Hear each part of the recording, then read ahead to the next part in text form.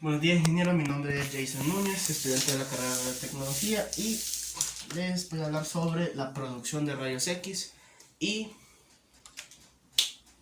los rayos característicos y la radiación de frenado. Entonces, ¿cómo se producen los rayos X? Los rayos X se producen por una interacción del ánodo con el cátodo.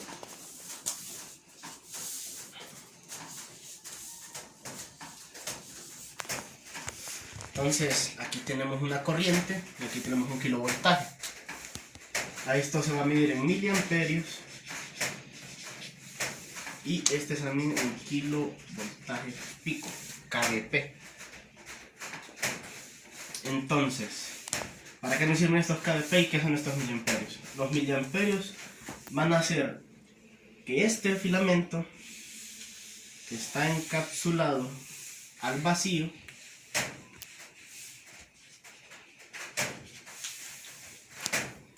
genere una nube de electrones, y esa nube de electrones va a ser atraídos por la diferencia de poder de voltaje del ánodo. Los electrones son negativos y el ánodo es positivo, entonces van a ser atraídos, y como son atraídos por una cierta energía, van a chocar, y al haber una interacción con el blanco se van a generar tres cosas: calor por una interacción con los, por ejemplo, vamos a ver aquí,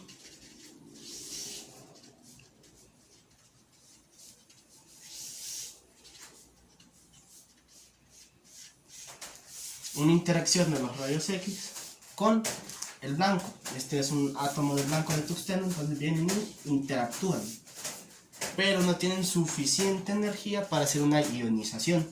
Entonces lo que hacen es una excitación de los electrones de las capas externas. A diferencia de la pantalla intensificadora, que al recibir una interacción lo que genera la excitación es una luz, esto lo que va a producir es calor. Esto se va a reflejar como un calor. Esos serían los principales. Los segundos serían los rayos, la radiación característica, que esa sí tiene mucha más energía y va a venir al quitar electrones de la capa K. Entonces vienen, chocan con el electrón, expulsan ese electrón y este átomo entra en un estado de inestabilidad, un estado no natural. ¿Qué es lo que pasa? El electrón sale y un electrón de la capa L va a entrar a reemplazar ese electrón que salió.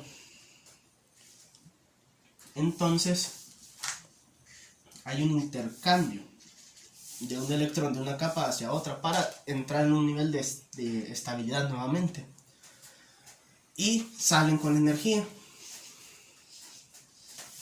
Y también pasa otra cosa, que al haber una interacción así tan cercana al núcleo,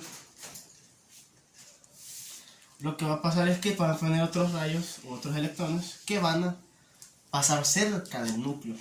El núcleo tiene protones, entonces tiene una gran energía. Entonces lo que eso genera es un campo electromagnético que va a hacer que la diferencia de energía del electrón, que va a gran velocidad, pongamos un ejemplo, va a 70 kbp, viene y pasa cerca de ese campo. Entonces de ese campo va a ser afectado ese electrón, va a ser frenado, por eso se llama radiación de frenado, porque va a ser frenado por el campo electromagnético del núcleo. Entonces, cuando ese que es frenado, se pueden producir dos tipos de radiación de frenado: una de alta energía y otra de baja energía.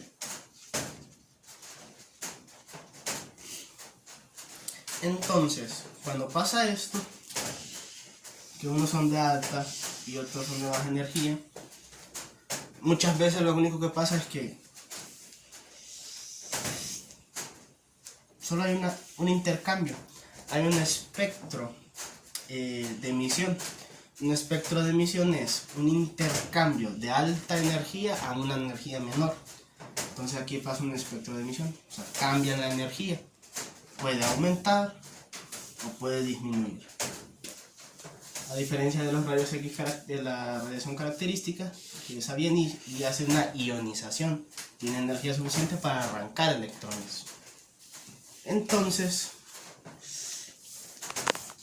esa radiación que sale va a pasar a formar parte de los rayos X. Anteriormente había mencionado en otro video que tenemos un punto focal efectivo y un punto focal real, y tenemos un efecto talón. El efecto talón también va a ser afectado por el ángulo de inclinación del ánodo, porque el ánodo tiene una inclinación. Por ejemplo, aquí tenemos 6 grados y aquí tenemos 12. Mientras más pequeño sea el ángulo de inclinación, mayor va a ser el efecto talón. ¿Por qué? Porque va a tener que atravesar más materia, mayor interacción con el blanco, y a un ángulo mayor va a ser menos la interacción, pero siempre se va a crear el efecto talón. Entonces así se crean los rayos X con una interacción del cátodo y el ánodo por una atracción de diferencia de energías. Estos son kilovoltajes, estos son miliamperios, son atraídos, hacen una interacción, generan rayos X, generan calor, rayos X característicos y también radiación de frenado. Entonces, al ver todas las interacciones en esos momentos, salen y van a dar al paciente, atraviesan el paciente y van a dar al receptor de imágenes. Entonces, ya entendimos cómo funciona el tubo de rayos X, cómo se crean los rayos X por una atracción y diferencia de potencia, y qué es lo que pasa con las interacciones. Y también podemos observar esto del efecto talón también, que eso también afecta con la energía y en la calidad de la imagen. Rayos X de frenado son una interacción del campo electromagnético del núcleo con los electrones, y la radiación característica es una ionización de los átomos que hace un arranque de electrones y entran en un estado de inestabilidad o un estado no natural, y esos electrones, son reemplazados por una capa exterior. En este caso se arranca un electrón de la capa K y va a ser reemplazado por uno de la capa L, y así sucesivamente. Eso sería todo. Muchas gracias.